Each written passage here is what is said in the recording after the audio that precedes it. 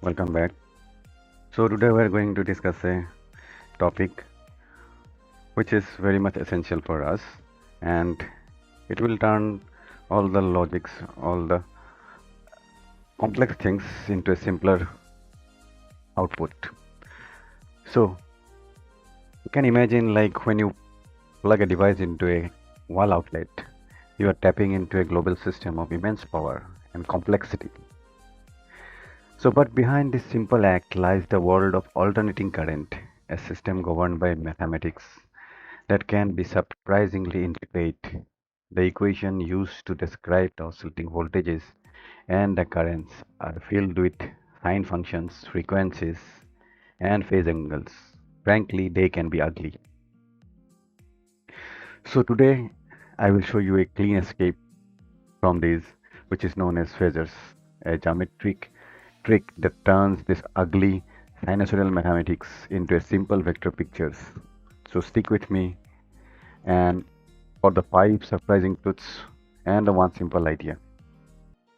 So by the end of this lecture, you will be able to convert a sinusoidal signal into phasors, number 1. Then number 2 is use phasor algebra to solve AC circuits, which makes all the complex things easier. And then number 3 is compute RMS and peak values. And number 4 is to explain impedance and lead lag behavior using mnemonic civil.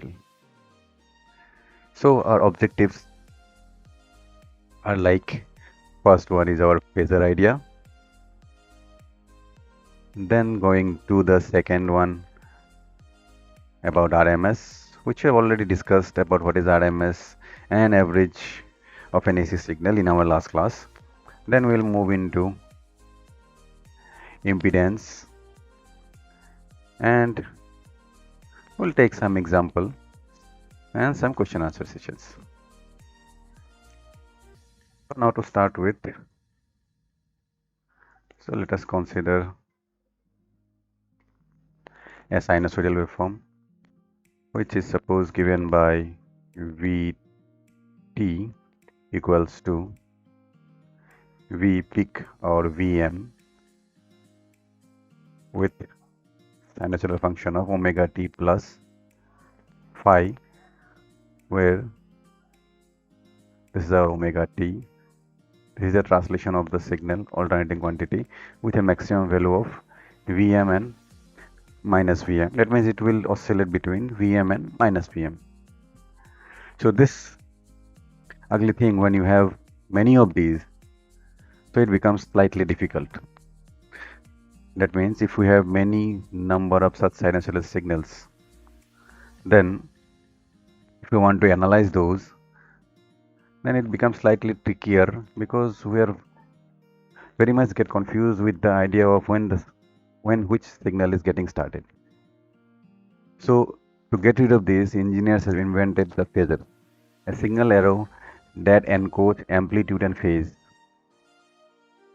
So now this equation can be written as, with respect to phasors, by V equals to Vrms angle phi. So let's see what it is and how we can determine this phasors. So this Vrms we already know is given by Vm by root 2, and the angle is the angle of translation. So now let's see what is phasor here. So phasor is an arrow. So we have drawn an arrow here. This arrow will rotate across its center in anti-clockwise direction, and its translation will be similar to the movement of the sinusoid. Okay, so to learn about how it is related to the sinusoidal signal, so let us consider this diagram where, let me draw an arrow to make you understand the logic. So for example, this is suppose our phasor. Now this phasor will represent the sinusoidal quantity. So how it is going to represent? So the length of the phasor is determined by the maximum value of the sinusoidal quantity. So for example, in this case it is Am. So this Am will be the magnitude of this phasor. Now this phasor will rotate, as we have discussed, it will rotate in the anti-clockwise direction. So while moving in the anti-clockwise direction, wherever it reaches, it will point to the exact point of the sinusoidal signal. For example, suppose if it is in this 30-degree angle, so it is pointing to this point of the sinusoidal signal. So if we see the sinusoidal signal also, this sinusoidal signal is represented by this 30-degree shift. Then moving further on 60-degree, it will point to this point, this area. Then moving to 90-degree, it will directly give us the maximum value, that is our AM. So it will reach here. And if you see the translation, this translation is also 90-degree. Now again moving further, like to 120-degree, 150-degree, now it will come down. And when we are reaching at 180-degree, it is at 0 position. So now continuing to this, if we again further move down, the sinusoidal waveform is also coming down, and at 270-degree it will reach at minimum value, that is minus AM. And if I am moving up 300-degree, 330-degree, like this, it will again move up towards 0, and finally at 0-degree it will complete its cycle and reach to this point. So it represents the whole sinusoidal signal, and where the sinusoidal signal is, that can be identified by the angle that is traveled by these phasors, which makes it easier to follow. So like this, if we want to check the same thing containing suppose different lines, that means three or two signals. So for example, suppose I am considering one example from this website. So if you can see, here we are having three such phasors. All are rotating at uniform speed, and they are at a distance of 120-degree apart. So accordingly, you can see that all the sinusoidal waveforms are starting, as you can see. Suppose let me stop this. Okay, now as you can see, the black one is starting at 0, then red one is starting after 120-degree, then the blue one is starting after 240-degree. So this becomes simpler when we represent the whole idea with respect to the phasors. So now if you want to determine the resultant also, that can also be determined with respect to the vector analysis, like we do. So the result in determining resultant or determining the angles or determining the exact length of the vector will be required by various logics when we will be dealing with RC circuits, RL circuits, or RLC circuits. That means whenever the circuit is not only driven by the resistor, but also it is driven by the impedances. Okay, so as I have mentioned about the resultant, so we can consider this example, as you can see here, where we have three sinusoidal signals given by red, blue, and green, and these are the corresponding phasors that are rotating. Now here we can see this black color arrow, the black color vector represents the resultant of these three phasors. So it becomes very much easier when we use these phasors for solving. So with this we have the idea on our first point, that is what is a phasor and how we can relate it with the sinusoid. So now I have moving into a deeper logic, that how this AC phasor will be helping us, or it will be related to the sinusoids, so that we are going to discuss next. So to understand the logic of phasors with respect to the sinusoid, so let us consider this example, where as you can see the phasor is the alternating phasor is the line that is moving in anti-clockwise direction, and at the same time sinusoidal signal is also getting generated, and it is representing every point of the sinusoid. Now at the same time, as you can see, this dot that is moving in this line represents the exact position of the sinusoid. So whenever the phasor is moving, this dot also moving from maximum value to the 0, and then again going to the minimum value and coming back to 0. So now let's understand this mathematically. So suppose we are having the vector in this point, the phasor at this point. So our angle is given by suppose phi. Now the point which will be, okay, let me consider this line. The point that will be representing the sinusoid will be this, right? So accordingly, our line across our phasor will be this point. So if you consider, suppose this is our OP, then this is our OM. So the OM gives the exact value of the sinusoid or exact point of the sinusoid. So what is OM here? If we see with respect to trigonometry, then the OM is given by, if we extend this over here, then OM is OP sine of omega t, right? Omega t plus phi. So which is nothing but just the representation of the AC signal, where OP is given by Vm. So this is Vm sine of omega t plus phi. So the phasor is nothing but it represents the AC signal. Okay. So with this, I guess you have the idea of relating the phasors with respect to the sinusoidal signals. So I'll again give another example like this one, where we can see the sinusoid is moving and at the same time AC signal is also generating, right? So it is pointing to the exact positions of the sinusoid. So now what we can do is we can represent any sinusoid with respect to a vector which is rotating in anti-clockwise direction across a center, considering a center. Now this will help us in learning various complex logics and making it into a simpler one. Okay, so moving further, we can also see the logic of the phasor with respect to another idea. So if we consider light moving from this direction and falling over this phasor, so that will generate a shadow over here, and that shadow will move from 0 point to maximum, and then again in the negative direction also it will move from 0 point to maximum negative point. That means if we consider this instant, then if light is falling over this phasor, then it will generate a shadow which will be of this much length, right? So let me draw it here for understanding.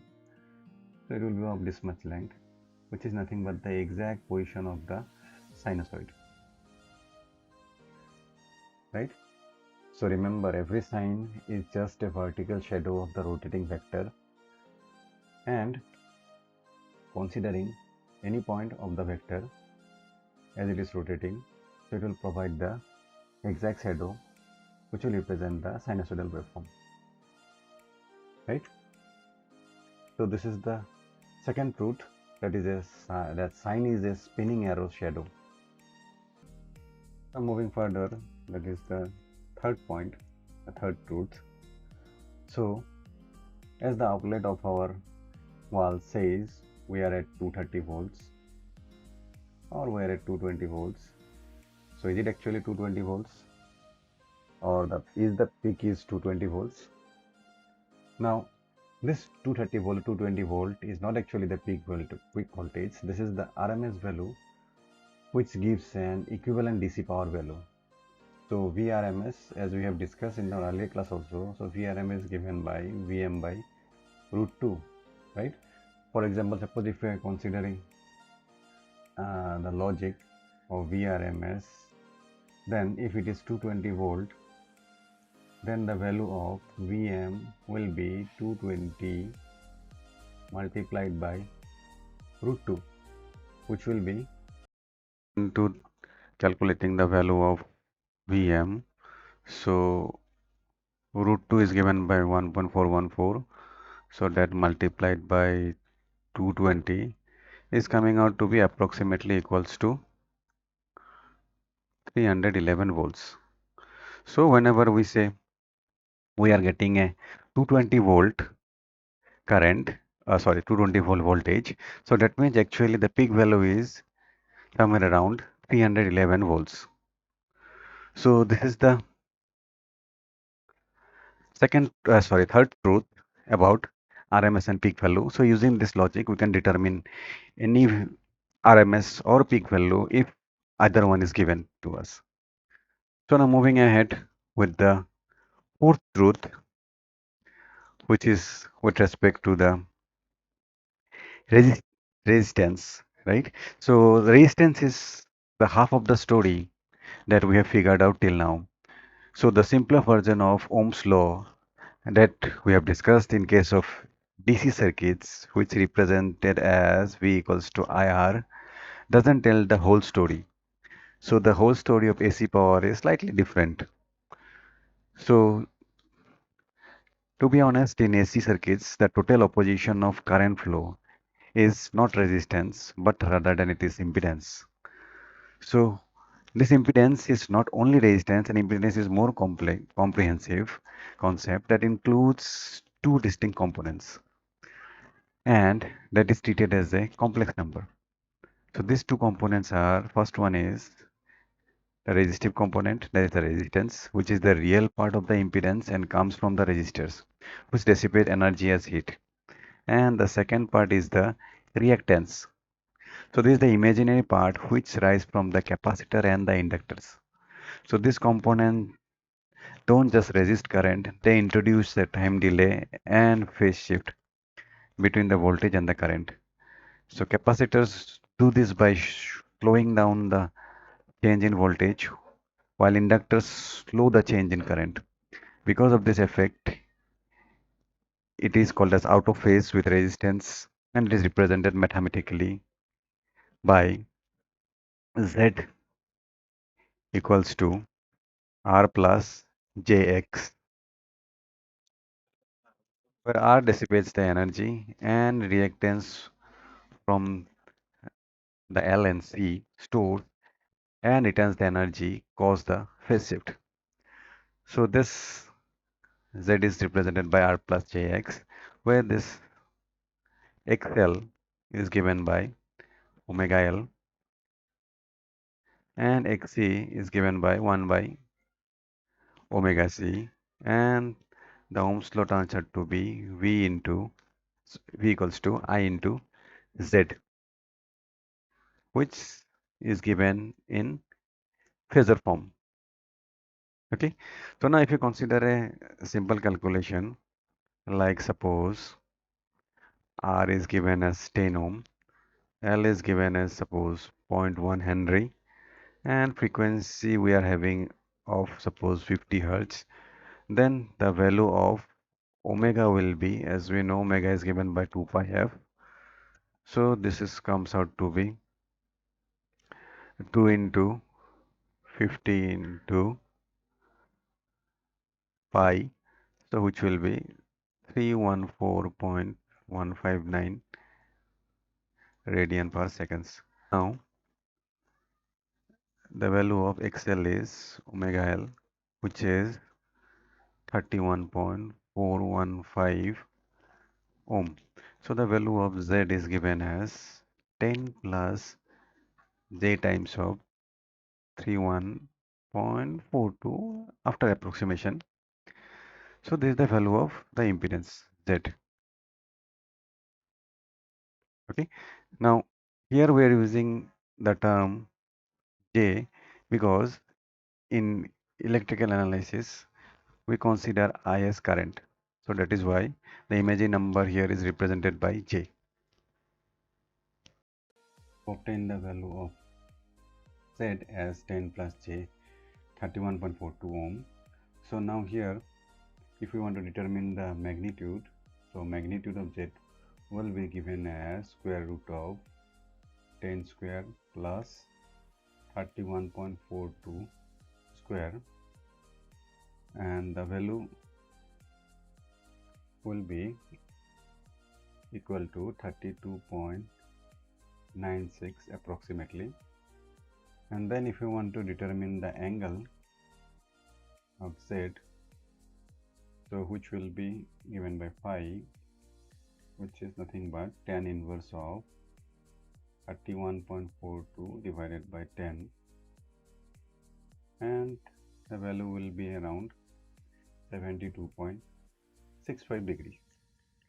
Okay, so now as we have considered V equals to IR in case of DC current relation, and in case of AC current what we have is V equals to Z into I, where Z represents the complex number and this Z is a combination of resistance and reactance as we have discussed. So resistance is the fixed part and the reactance part is obtained from the inductors and the capacitors. So now if we consider suppose VRMS, which is also a phasor, so if we consider this value to be suppose 100 angle 0 degree, so that means we are considering a phasor which is at 0 degree.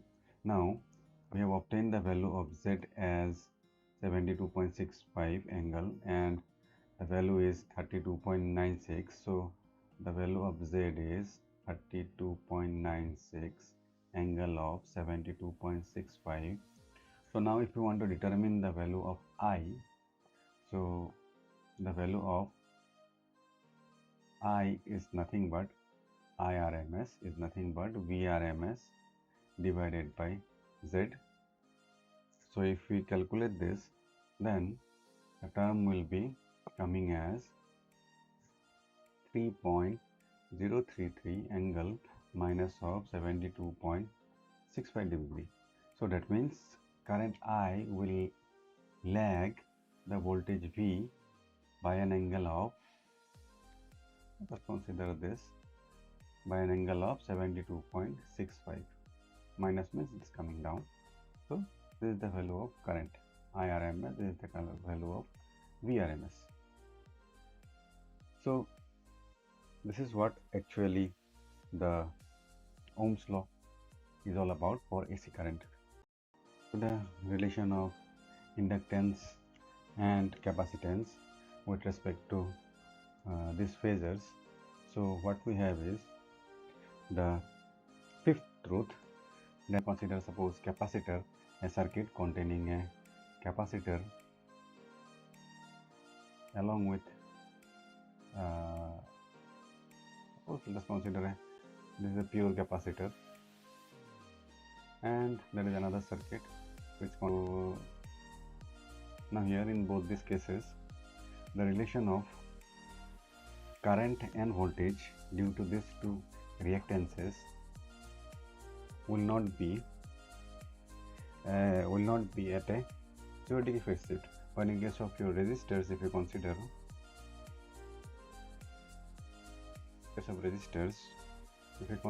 this as our voltage phasor, then current phasor will also lie in the same direction. That means there will be zero change in your phase shift. But in case of inductor, if you consider, then this is V, then in case of inductor the voltage leads the current by exactly 90 degree. So we'll see later how this is possible or how this is happening. So for the time being, what we consider here is in the case of inductors, whenever we have an inductor in a AC circuit, then the voltage leads current by 90 degree, and in case of a capacitor, if you consider, then the voltage lags current by 90 degree. That means the current will lead voltage by a 90 degree. So now this logic you want to remember, we can remember it with a shortcut which is known as CIVIL. So this CIVIL is broken down into like this. So if we have a capacitor, C for capacitor, we have a capacitor, then IV means current leads voltage. Then next is VIL. So this is CIV. Next one is VIL. That means voltage leads current in case of a inductor. So now this becomes easy. Civil, so using the civil we can remember it directly. Then whenever we are having a capacitor circuit, then current leads, and whenever we have a inductor circuit, then voltage leads. This is the fifth and counterintuitive truth that we are discussing. So now moving into, as we have said, that the impedance, which consists of resistance and reactances, represents a complex number. So how this is a complex number, or how it is represented? So if you consider the x-axis as our real axis and this is our imaginary axis, then the value of z is given by this phasor. So if you consider this as x, suppose this is our point, so if you consider this as a x-axis and this as y in imaginary axis, and this is our angle phi, then how we can represent this v? So v will be represented as x plus jy. So it may be negative, so we can consider both conditions by giving x plus minus jy. So this is the representation of the phasor, and this format is known as rectangular form.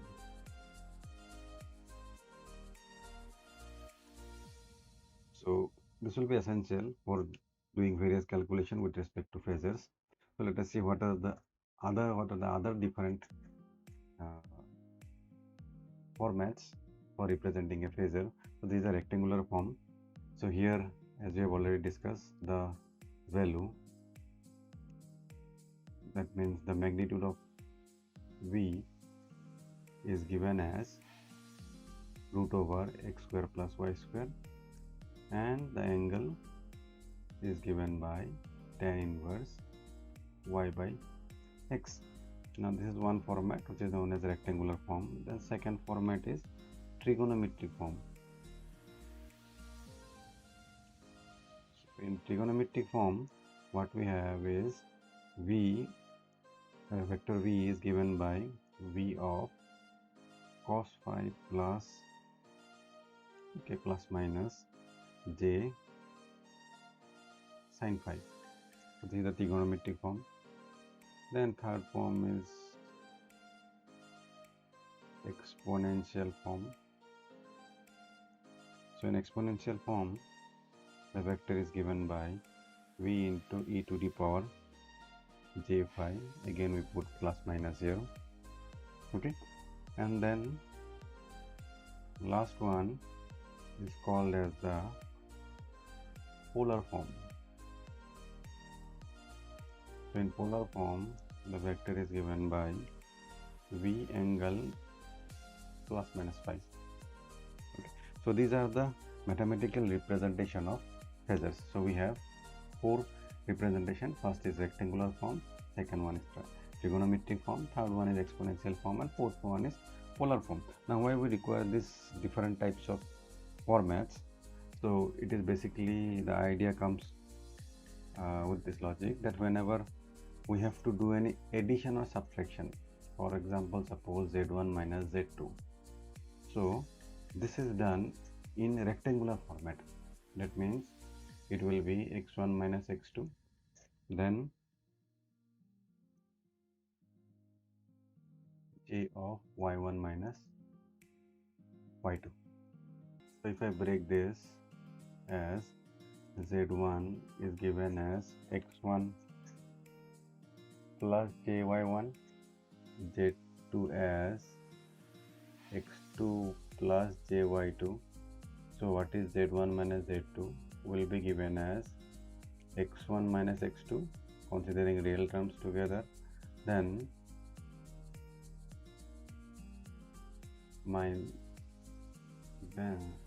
plus j of y1 minus y2, considering the complex number terms together. So this will be the subtraction, right? So similarly we can do addition, that will also be done in with respect to rectangular format. Now moving into multiplication. So for multiplication we cannot do it in rectangular form. Now here we have to convert it into polar form and then do the multiplication. So if we consider that, so it will be directly multiplication of the magnitude part, and the angle part will take it as addition. So where Z1 is given as R1 angle phi 1 and Z2 is given as R1 angle R2 angle phi 2. Okay, so similarly we can also go for division. So Z1 divided by Z2, this will also be with respect to the polar format, and now angle will be minus. Now another format which we may encounter is called as complex conjugate. So complex conjugate is given by the, suppose if Z is given as x plus jy, then its complex conjugate will be given as x minus jy, and vice versa. That means if we have x minus jy, then complex conjugate would be x plus jy. So this is the logic about how we can do any type of operation using this Phasors. So now that's it. So what is the function of a phasor? So it can make a complex circuit, complex AC circuit. It can be converted into a simpler format where we have a phasor, and then we can determine its relation with any other signal, any other AC signal, and which will be separated by some phases, right? So this whole complex thing consisting of trigonometric equations and then integrations, so that can be simplified into a vector format, which will be very much easier to use, right? So by reimagining complex sine wave as a simple spinning arrows, we can now see the hidden truth of the AC power. So for example, like 311 volt peak hiding in a 230 volt outlet, and the reactive forces that fight current alongside resistance, and the predictable lead and lag dance of the circuit components. So the concept of the phasor transforms messy trigonometric problems into a manageable vector arithmetic. So this approach not only simplifies calculation but also offers a deeper and more geometric understanding of how electrical systems function. So now we can visualize AC signals as simple spinning vectors, and what other complex wave-like phenomenon in the world might be hiding in a simple geometric truth, right? So now this conversion of rectangular form to polar form can be done using this mathematical calculations. That means using these formats we can convert from one format to another, or other way around we can directly do it using the calculator. So this is a very familiar calculator. I guess every one of us is having this calculator. So in any calculator you will find a symbol for polar and rectangular. So for example, in this case we can see it is present here, POL and REC, right? So how to convert from polar or to rectangle, that can be done using these two buttons. So for example, suppose we are given a number as 2 plus j10. So this is a rectangular format, right? Now we have to convert this into a polar format. So the basic idea how to convert this into polar would be using calculations will be, it will be 2 square plus 10 square. This will be the magnitude, and the angle will be tan inverse of 10 divided by 2, right? So this will be the calculation. Now we can directly get this using the calculator. So what we have to do is we have to convert this into polar format. So just press shift POL, then write down the value. The value is 2 then we have a comma here, so comma, then 10 and bracket close. So this will give us the value of the polar format, so now which is given as 10.19 and the angle is given as 78.69.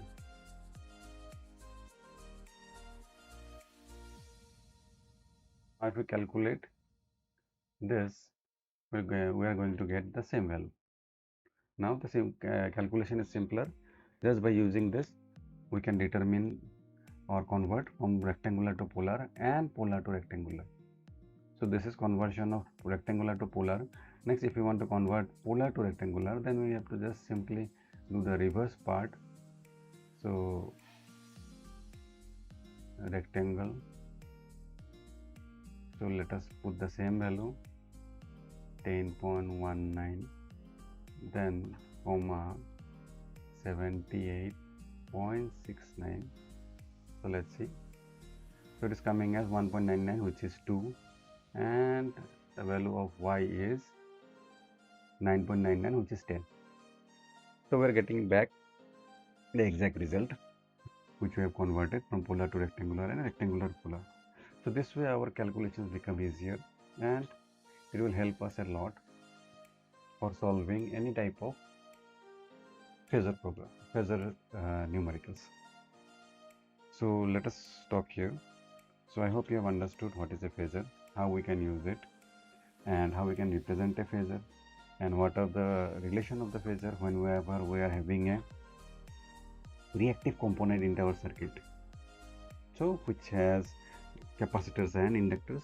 So depending on whether we have capacitor or inductor, our phase relation of current and voltage changes. So what are those changes and how we can remember that, as we have already discussed. Remembering the word CIVIL, we can consider this logic, and then remember whenever current will lead or voltage will lead. So with this, let us wind up here today, and in the next class we will be discussing few numericals on phasor, and then we'll move into the relation of pure AC circuit containing a resistance, pure AC circuit containing a inductance, and pure capacitance, and then we'll follow up with circuits containing resistance and inductance, then resistance and capacitance, then moving into circuit containing RLC. So that will be all for today. So thank you very much for joining.